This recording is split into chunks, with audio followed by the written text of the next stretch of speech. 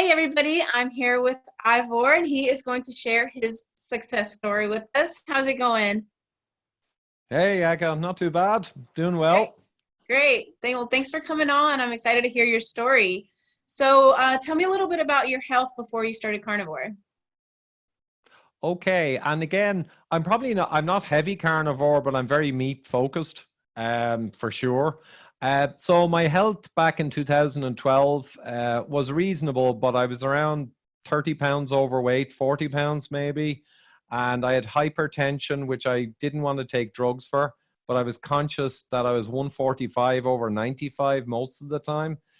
And then I got some blood tests, routine ones, and I was very high in serum ferritin and serum GGT, a liver enzyme. I was off the scale, and my cholesterol was really high too. So after going to 3 different doctors to get the answers on these, as A, how serious are they, and B, how do I change them? How do I fix them? I couldn't really get answers, so I started researching. And that's when, over a few weeks, I realized that carbohydrate was my problem, certainly not fat or animal products. So I switched my diet completely to meat and some vegetables and low carb. And 8, 9 weeks later, I dropped 30 pounds. I wasn't even targeting weight loss, actually. And all my blood markers that I mentioned came back into normal range. And to give an idea, your GGT is a very serious marker, I discovered, really serious. And it's usually between around 15 and say 45 or 50 for the upper level in the population. And I was at 115. And the risk curves for being high in GGT, people would get a shock. I mean, like 15 times or more the risk of liver cancer, multiple times, 5, 6 times the risk of heart attack and heart disease. It's a serious marker. So to bring that back down within 8 or 9 weeks, right back down, it was a big deal. But sorry, I'm getting into my story, but that my health was overweight, hypertensive, flushed. I would perspire really easily. When I went to Singapore on business, I mean, I just could not go outside the hotel or the offices. Within 60 seconds, my shirt would be stuck to me. After what I described to you, I was back in Singapore a month or two later. I could walk up and down Orchard Road. I didn't perspire anymore. I mean, the change in health and fitness and mental acuity and vitality, it was a massive shift. So, yeah. Wow, that's amazing. And so when you switch to eating, the lower carb, like about how much meat do you eat? How much meat to veggies do you eat? Well, yeah, I don't eat so many veggies, but I kind of hedge my bets. I'm careful to only eat vegetables that are not associated with lectins and, legumes and oxalates. So I'm careful with the plant world. It's just I haven't really eliminated it. So meat-wise, I will eat generally once a day, which I know sounds odd, but I do like doing OMAD, or 1 meal a day. I eat around 6 p.m. If I do eat during the day an extra meal, it'll be small and it'll be nearly zero carb, like sardines, or it might be cheese and meats. And for the meal of the day, it is, yeah, mostly meat. It'll be a large ribeye, or it'll be lamb chops. We got great lamb in Ireland, grass fed. Or it'll be ground beef made into some kind of dish. And yeah, there'll be some veg on the side. And I eat nuts as well. And some nut seeds creep in, which is, I think, is fine. Um, but I don't eat a huge amount, I feel. I am very fond of wine with my evening meal, so I do drink quite a lot of wine with that. So that's one thing that makes me not carnivore, I believe. Usually carnivore, minimize alcohol or even kind of eliminate it. I can't do that. Yeah, well, everybody's different. And, I think, for people that have more serious health issues, that's when they really have to be careful with what they're consuming. Yeah. Mm-hmm. Yeah. And I think I interviewed Michaela Peterson in Boulder, Colorado around a year ago. And that amazing story. I mean, there's so many amazing carnivore stories. And if I had any serious issue, health issue, there's no question, but that's where I'd go. It's just I don't appear to need to go there, But if I did, that's what I'd do, because that's where the science points. But I had Brett on Brett L. God, I can't remember his second name. You're probably familiar with him. He had bipolar for 20 years, and he Mm-hmm. had a transformation with carnivore. And he was very emotional in the conversation, actually almost crying when he thinks about his deliverance. That keto gave him a great advantage, and he was using the cannabis kind of stuff, and that helped. But when he went carnivore, just the whole world opened up for him. And there's more and more of those stories coming out now. And they make scientific sense, because carnivore is the ultimate elimination diet of any or all foods that could cause you a problem if you're sensitive. So if you eliminate all the potential problem foods, which is carnivore, because meat and egg yolks and fish just basically don't have any history of causing autoimmune or any problem, you're going to find the safest possible dietary place you can be in. And it's not surprising that some people need to find that safest of safe houses in order to get full relief from their conditions, I guess. Yeah, yeah, definitely. And yeah, I know Brett, I love he does have a really amazing story. And I think it's great, that you still realize, even though you're still able to eat other plants and things like that, you still realize that meat is nutrient dense and it's still a big part of your diet. Oh, very important. And I think some of the problems in the world today are a lack of meat, fish, and eggs, to be quite honest. Whatever about plant foods, certain ones causing certain people problems. Nutrient density is so important. And we saw recently Dr. Ted Naiman, a buddy of mine, came out with the PE diet, protein energy. And he's all about get high protein per unit energy, or high nutrient density. And that's the way to go. He has a simple graphic, and like chicken breasts and steaks and eggs are all up on the top, high protein and nutrients per unit energy. And what do we see on the bottom? Well, of course, all the bad foods of modernity. Yeah, yeah, definitely. I believe it. I'll have to definitely check that out also.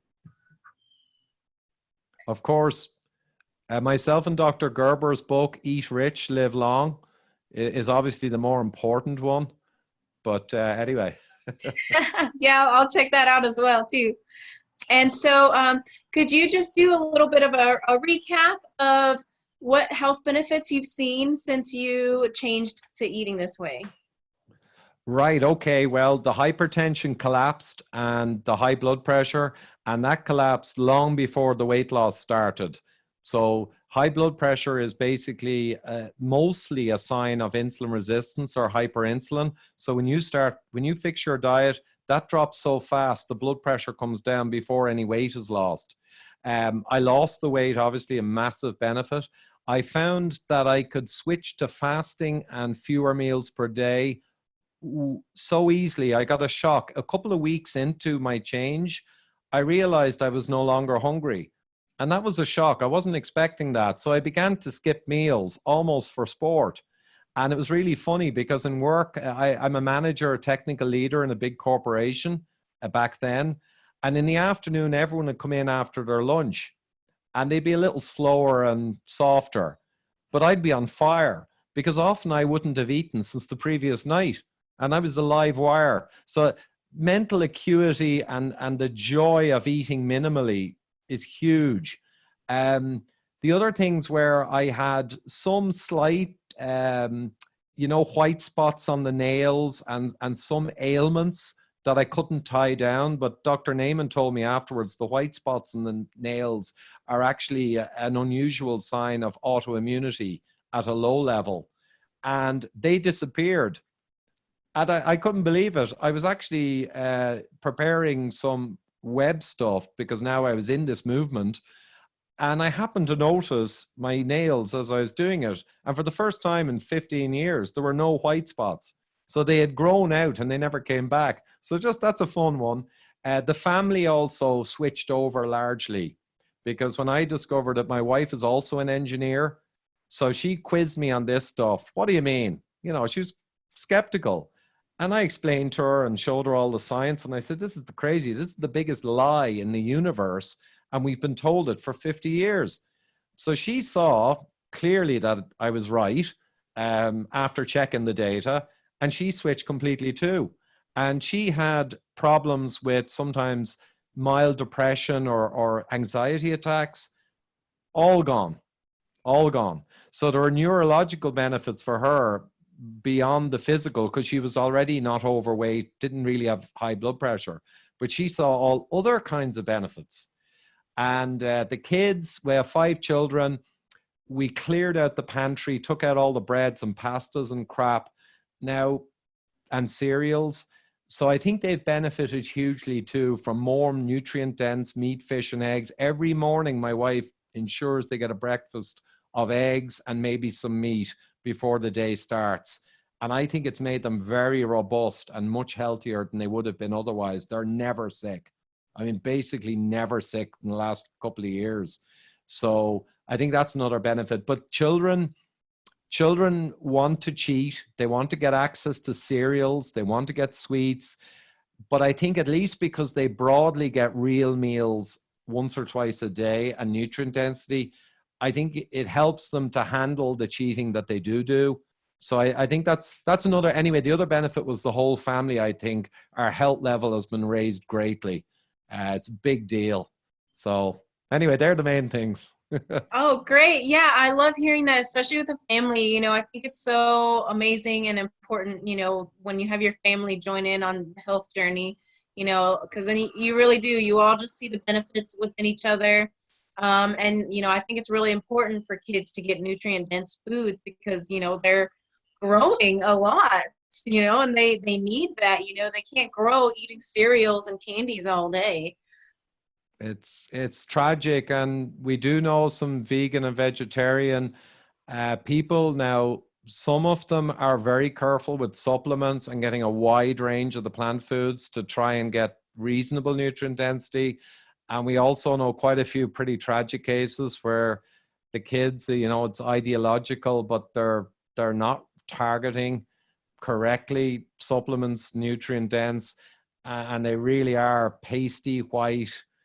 Yeah, with mild conditions. It's a sad thing to watch when we're living in Ireland, which is the home of grass-fed meats, lamb, beef, you know, pastured eggs, and even fish. We've got pretty good sources. And you're living in this land of plenty with evolutionary nutrient-dense foods all around us, and you have to be like that. So that's sad. Yeah. Yeah, that is. Well, I'm glad that your family picked up on it and that, you know, y'all are all in it together. That really is. I love hearing that. Great. No, thanks a lot. And we'll keep at it. And just to be honest as well, you know, I cheat occasionally too. My wife actually, Eilidh, she actually gives out to me saying, you know, you're a kind of a leader in this field. And anytime she catches me cheating, but I think it's important to be honest too. I generally hold to the nutrient dense diet, and I do make my own judgments because I know a lot of this science, and I sometimes cut corners. But I always tell people it's a risky thing to do. And just like you said earlier, you know, people who have more needs got to be really careful, because if you start cheating occasionally, you know, you'll keep the memory and the taste for foods that are not so good alive, and there's a risk of relapse. So anyway, just to be honest, yeah, I'm not always the best boy, but I'm able to control that and make sure I'm overwhelmingly eating the great foods. So just a little extra point. Yeah, no, that's good to know. And so whenever you do fall off track, do you have any like really bad side effects or anything like that? I do notice that if I do, for instance, I'm out in a restaurant and I do eat the wrong stuff, you know, and they have artisan breads there or whatever, and I eat too much of that, or the kids get pizza night and I take some. The point is, it's rare enough, but the next morning I have what I call a carb hangover, and you feel it the next day. And I think another thing is, if you're generally low carb and healthy, your insulin levels drop down, which is great. Your blood glucose drops down, which is great. But in that state, if you suddenly cheat, your body gets a pretty big shock because your insulin machinery is not expecting or ready. So your blood glucose can go very high in the short term when you take in a high carb meal, much more than it would have if you're eating that regularly. So I think you get this kind of hangover kind of experience from it, and it reminds you to do it very rarely. Yeah, no, it's funny you call it that. That's what I call it too, or I call it a carb over, or carb hangover. Yeah. But yeah, Okay. I definitely know what you mean. But isn't that crazy how, like, you say you drink wine, pretty regularly, but isn't it crazy how more of a hangover you get from the carbs than the alcohol? I've noticed that sometimes. Yeah, and the combination can be particularly bad, but I agree. But the Yeah. other thing is wine, if you have some glasses of wine, you become more relaxed, more casual. And the problem is, it's when you've had some glass of wine that you maybe will reach out and do what you shouldn't do, especially when the kids have friends in, they brought in stuff. And then you got a double whammy because the wine would have been fine the next morning, but you've added in carb over kind of on top of it. But yeah, in general, I'd agree. If you regularly drink wine, which is healthy within reasonable moderation, your body becomes well adapted to process it with those enzymes that convert it into aldehyde, blah, blah, blah. But if you are not eating the garbage and you suddenly eat it, again, back to the point, your body gets an awful shock. Yeah, that's crazy. That's so interesting. And so is there anything else that you'd like to share with us today? No, I think that's it. I mean, anyone who Googles Ivor Cummins, you can find all my stuff, all my podcasts out there. And yeah, I just think the next few years is going to be fascinating in terms of this carnivore movement. Right now, it's seen as fringe, which is not too surprising because it's so new, so unusual, and so the opposite of what all the orthodox people are saying, that we should be munching leaves and turnips and not eating meat. So it's kind of it's amazing to watch it grow, and the amount of doctors and medics like Sean Baker or Paul Saladino, MD, loads of different doctors, really smart guys getting on board. I think it's going to be really interesting the next few years to watch this grow. Yeah, definitely. I definitely agree. And I am so excited to be a part of this movement. And yeah, I can't wait to see where it goes. I really think that, carnivore is going to be the next big diet. I think so. But Yeah. we'll see how long it takes. Yeah, for sure. But yeah, I'm glad that we are having all these amazing doctors getting behind it also. It's so exciting. Very good. Great. Well, thanks so much, Ivor. Oh, no, thank you. This has been great, and a relatively short one, which is nice. I had two this afternoon that were an hour and a half. So this was easy. Thanks a lot. Yeah, definitely. Thank you. Have a great one.